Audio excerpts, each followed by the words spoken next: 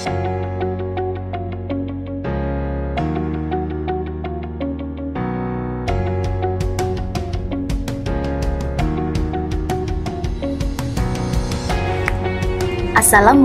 warahmatullahi wabarakatuh. Pada pertemuan kali ini kita akan membahas tentang perkembangan agama dan kebudayaan Hindu-Buddha di Indonesia. Namun sebelum itu kita perlu mengetahui dari mana sih asal mula agama dan kebudayaan Hindu-Buddha itu. Ini merupakan gambar sungai Sindhu atau sungai Indus di India. Berbicara mengenai agama dan kebudayaan Hindu-Buddha, maka pandangan kita tidak terlepas pada peradaban lembah sungai Indus di India. Wilayah ini sudah sejak dulu telah menjadi tempat lahirnya peradaban. Sekitar 2000 tahun sebelum Masehi, di wilayah India mulai berkembang kebudayaan dan agama Hindu. Lalu beberapa tahun setelahnya, barulah berkembang agama dan kebudayaan Buddha. Sehingga di Indialah asal mula agama dan kebudayaan Hindu dan Buddha.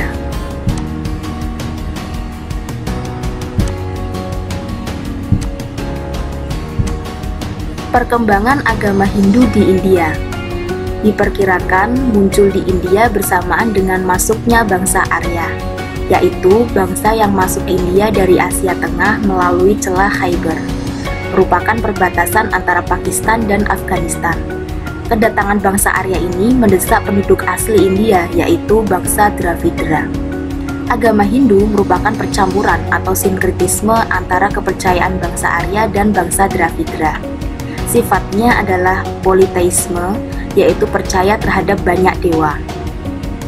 Ada dewa Pratiwi sebagai dewa bumi, dewa Surya sebagai dewa matahari, dewa Bayu sebagai dewa angin, dewa Varuna sebagai dewa laut, maupun dewa Agni sebagai dewa api. Tempat ibadah umat Hindu adalah pura. Agama Hindu mengajarkan bahwa hidup di dunia ini merupakan suatu penderitaan atau samsara, akibat dari perbuatan atau karma yang kurang baik yang dilakukan manusia pada masa sebelumnya. Lalu manusia bisa dilahirkan kembali melalui reinkarnasi untuk memperbaiki dirinya agar suatu saat dapat hidup abadi mencapai nirwana atau surga. Kitab suci agama Hindu disebut Weda, artinya adalah pengetahuan agama. Weda terdiri dari 4 bagian kitab. Yang pertama ada Rig Veda, merupakan kitab tertua yang berisi ajaran-ajaran pokok agama Hindu. Yang kedua ada Samaweda, yang berisi nyanyian pujian yang wajib dilakukan saat upacara keagamaan. Yang ketiga ada Yajurveda, yang berisi doa-doa yang dibacakan pada waktu diselenggarakan upacara agama. Yang keempat ada Atharva Veda, yang berisi doa-doa atau mantra untuk menyembuhkan penyakit maupun memerangi raksasa. Ini merupakan peta negara India di Asia Selatan. Di samping kitab Weda, agama Hindu juga mengenal kitab Brahmana dan kitab Upanishad. Meskipun bersifat politeisme atau mengenal banyak dewa, terdapat dewa tertinggi dalam agama Hindu yang dinamakan Trimurti, yaitu Dewa Brahma sebagai dewa pencipta alam, Dewa Wisnu sebagai dewa pemelihara alam, dan Dewa Shiva sebagai dewa perusak atau dewa kematian.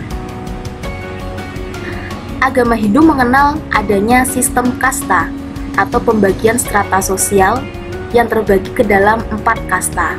Yang pertama ada kasta Brahmana, yang berisi para pemuka agama atau pendeta. Yang kedua ada kasta Ksatria, yang berisi para bangsawan, raja maupun prajurit yang tinggal di istana. Di bawahnya ada kasta Waisya yang merupakan para pedagang. Yang keempat ada kasta Sudra yang berisi para pelayan, buruh, atau para pekerja kasar. Ada pula golongan di bawahnya yang berada di luar kasta, dinamakan golongan Parya, yang berisi para pengemis, gelandangan, maupun pengangguran. Selanjutnya, perkembangan agama Buddha di India. Buddha adalah sebutan bagi seseorang yang telah memperoleh pencerahan. Asal kata Buddha berasal dari bahasa India yang berarti sejati. Agama ini diajarkan oleh Siddhartha Gautama. Dia adalah putra dari Raja Sudodana dan Permaisuri Mahamaya Dewi dari Kerajaan Kapilawastu, India. Dikisahkan, pada saat Siddhartha berada dalam kandungan, terdapat pendeta yang meramalkan bahwa dia tidak akan meneruskan tahta ayahnya sebagai raja. Namun, namanya akan tetap abadi dikenal dunia. Mendengar ramalan tersebut, Raja Sudodana menjadi khawatir dan tidak pernah mengizinkan Siddhartha Gautama keluar dari istana. Namun suatu saat Siddhartha mulai beranjak dewasa, dia diam-diam menyelinap keluar istana dan menyamar sebagai rakyat biasa. Dari sanalah dia mulai menyadari bahwa masyarakat India ternyata tersiksa karena terbagi-bagi ke dalam beberapa kasta. Lalu setelah itu, dia mendapatkan pencerahan agung di pohon Bodhi di kota Bodh Gaya. Dia merasa masyarakat India sangat tersiksa sehingga perlu adanya ajaran agama baru yang kemudian dikenal dengan agama Buddha. Ia menyebarkan agama Buddha pertama kali di kota Benares dan wafat di kota Kusinegara, sehingga terdapat 4 tempat yang dianggap suci oleh masyarakat Buddha karena berkaitan dengan Siddhartha Gautama. Yang pertama adalah Taman Lumbini, yang merupakan tempat kelahiran Siddhartha, Taman Lumbini di Kerajaan Kapilawastu ya. Kemudian yang kedua adalah di bawah pohon Bodhi di kota Bodh Gaya, yaitu tempat Siddhartha menerima pencerahan agung. Yang ketiga adalah kota Benares, sebagai tempat pertama kali Siddhartha mengajarkan ajarannya. Yang keempat adalah kota Kusinegara, yaitu tempat wafatnya Siddhartha Gautama. Agama Buddha berkembang pesat pada masa pemerintahan Raja Asoka. Tempat ibadah umat Buddha adalah wihara atau biara atau kuil. Kitab suci agama Buddha adalah Tripitaka, yang berarti 3 keranjang. Sama seperti Veda, Tripitaka juga memiliki bagian-bagian, yaitu Vinaya Pitaka yang berisi aturan-aturan kehidupan, kedua Sutta Pitaka yang berisi dasar-dasar dalam memberikan pelajaran, yang ketiga Abdi Dharma Pitaka yang berisi falsafah tentang agama. Dalam perkembangannya, agama Buddha terbagi menjadi 2 aliran, yaitu Buddha Hinayana dan Buddha Mahayana. Buddha Hinayana berarti kendaraan kecil. Aliran ini berpendapat bahwa setiap orang wajib berusaha sendiri untuk mencapai nirwana. Buddha Mahayana berarti kendaraan besar, yang artinya bahwa sebaiknya manusia berusaha bersama-sama atau saling membantu dalam mencapai nirwana. Lalu, bagaimana proses masuknya agama dan kebudayaan Hindu-Buddha di Indonesia?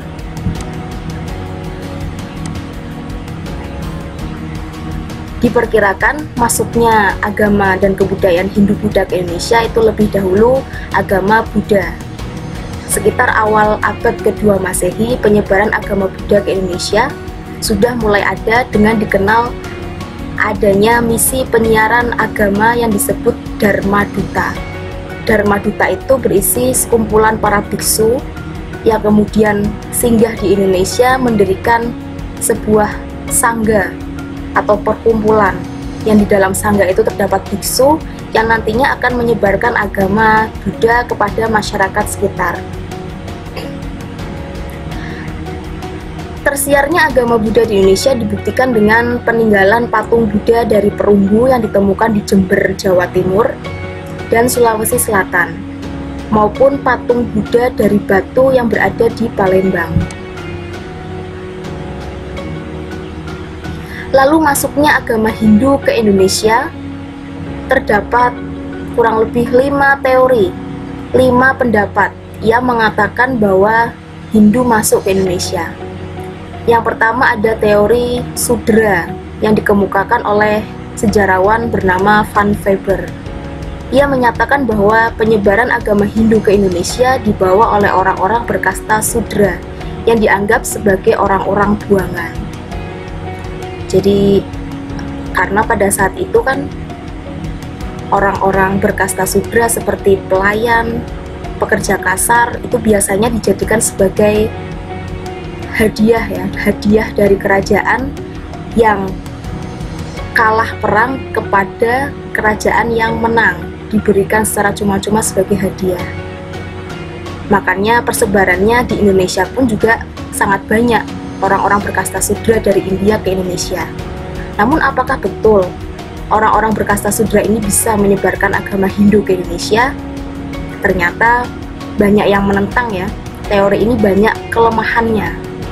Kelemahannya adalah tidak mungkin orang-orang rendah berkasta sudra ini bisa mengenyam pendidikan, bisa membaca dan menulis, apalagi kitab Hindu pada saat itu adalah kitab Weda, terkenal sangat sulit sekali untuk dipelajari. Jadi mana mungkin orang-orang berkasta sudra ini bisa menyebarkan isi dari kitab suci Weda, sehingga teori ini banyak yang menentang, banyak kelemahannya. Lalu muncul teori yang kedua, yaitu teori Vaishya yang dikemukakan oleh N.G. Krom. Berpendapat bahwa penyebaran agama Hindu ke Indonesia dibawa oleh para pedagang yang datang ke Indonesia kemudian menetap. Bahkan di antara para pedagang ada yang menikah dengan penduduk perempuan di Indonesia, lalu menyebarkan agama Hindu. Hal ini masuk akal karena secara letak geografis, Indonesia merupakan letak yang sangat strategis dalam menjalin hubungan perdagangan sesama negara-negara lain, termasuk dengan negara India. Karena letak Indonesia merupakan jalur sutra ya, yang menghubungkan antara wilayah Asia dengan Eropa. Di tengah-tengahnya ada Selat Malaka yang berada di daerah Indonesia sendiri. Namun apakah betul para pedagang ini juga bisa menyebarkan agama Hindu? Itu juga banyak yang menentang. Karena biasanya para pedagang pun juga tidak mengenyam pendidikan yang tinggi untuk bisa mengajari, untuk bisa belajar dari kitab suci Weda itu. Kemudian muncul teori yang tiga, yaitu teori kesatria yang dikemukakan oleh F.D.K. Bosch, J.L. Muns, C.C. Bird, dan R.C. Majumdar. Berpendapat bahwa penyebaran agama Hindu ke Indonesia dibawa oleh para kesatria yang melarikan diri dari istana karena terjadi kekacauan politik di India. Lalu mereka datang ke Indonesia, mendirikan kerajaan-kerajaan baru di Indonesia, bahkan menyebarkan agama Hindu di Indonesia. Hal ini juga mengalami banyak kekurangan teori ini, dikarenakan tidak ada sejarahnya kerajaan-kerajaan Hindu-Buddha di Indonesia itu didirikan oleh orang-orang India ya, tidak ada sejarahnya. Tidak pernah terbukti bahwa kerajaan-kerajaan kita pernah ditaklukkan atau pernah didirikan oleh orang-orang asli India. Kemudian muncul teori selanjutnya, yaitu teori Brahmana yang dikemukakan oleh J.C. Van Leur, menyatakan bahwa penyebaran agama Hindu dilakukan oleh para Brahmana atau para pemuka agama atau para pendeta yang datang ke Indonesia untuk memenuhi undangan para raja dan mengajarkan agama Hindu kepada masyarakat Indonesia. Hal ini cukup masuk akal dikarenakan memang para Brahmana lah yang mampu menguasai isi dari kitab suci Weda. Namun, apakah betul para Brahmana sendiri yang menyebarkan agama ke Indonesia? Sementara terdapat pantangan ya dari para Brahmana bahwa para Brahmana ini dilarang untuk menyeberangi lautan, dikarenakan kalau menyeberangi lautan itu kesaktiannya akan hilang.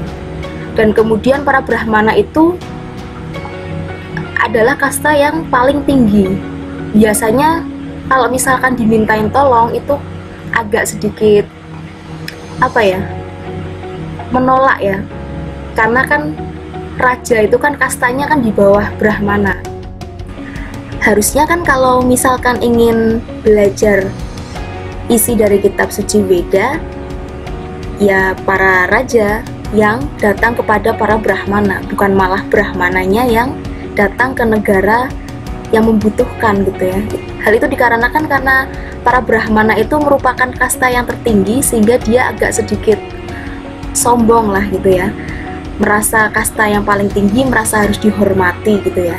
Sehingga kemungkinannya itu para Brahmana yang menyebarkan agama Hindu ke Indonesia itu kemungkinannya sangat sulit, dikarenakan tadi itu ada pantangan bahwa Brahmana dilarang menyeberangi lautan karena adanya kepercayaan bahwa kesaktian mereka akan hilang karena menyeberangi lautan. Dan yang kedua, para Brahmana itu merasa dia kasta yang paling tinggi sehingga harus dihormati. Sehingga kalau misalkan ingin belajar agama Hindu ya mereka datanglah ke para Brahmana di India seperti itu. Makanya kemudian muncul teori yang terbaru, teori yang kelima, yang dinamakan teori arus balik atau teori Nusantara atau teori nasional, yang dikemukakan oleh G. Quedes yang kemudian didukung oleh para sejarawan sebelumnya yaitu F.D.K. Bosch dan J.C. Van Leur, yang mengatakan bahwa agama Hindu masuk ke Indonesia dibawa oleh bangsa Indonesia sendiri, bahwa bangsa Indonesia sendirilah yang datang ke India untuk belajar kitab suci Weda, untuk belajar agama Hindu kepada para Brahmana di India. Setelah mereka pintar, lalu mereka kembali lagi ke Indonesia dan menyebarkan ajaran agama Hindu di Indonesia. Seperti itu ya.